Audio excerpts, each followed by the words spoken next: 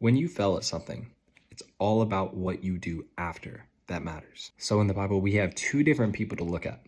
We have Peter and we have Judas. Now, before Jesus was brought to the authorities, Peter told Jesus that he would never deny him. But later on, after Jesus was captured, and when the consequences started to consume Peter, he ended up denying Jesus 3 times. Now, Judas betrayed Jesus. Judas was the one who led the authorities to capture Jesus. Now, in both of their situations, they both failed by letting down Jesus. But as you will soon see, it's about what you do after that matters. Peter, after he denied Jesus 3 times, acknowledged that he failed Christ, and he was sorrowful over it. But instead of Peter letting the enemy keep him down, he decided to own up to what he did and know that he did wrong, but that he was not going to make that mistake again. And he picked back up his cross and then continued his path following Jesus. Now, Judas, on the other hand, felt that same remorse, but Judas let the enemy win. Judas let the enemy whisper in his ear that he has eternally failed God and there is nothing he can do. So Judas went and took back the pieces of silver he took in exchange for Jesus's location.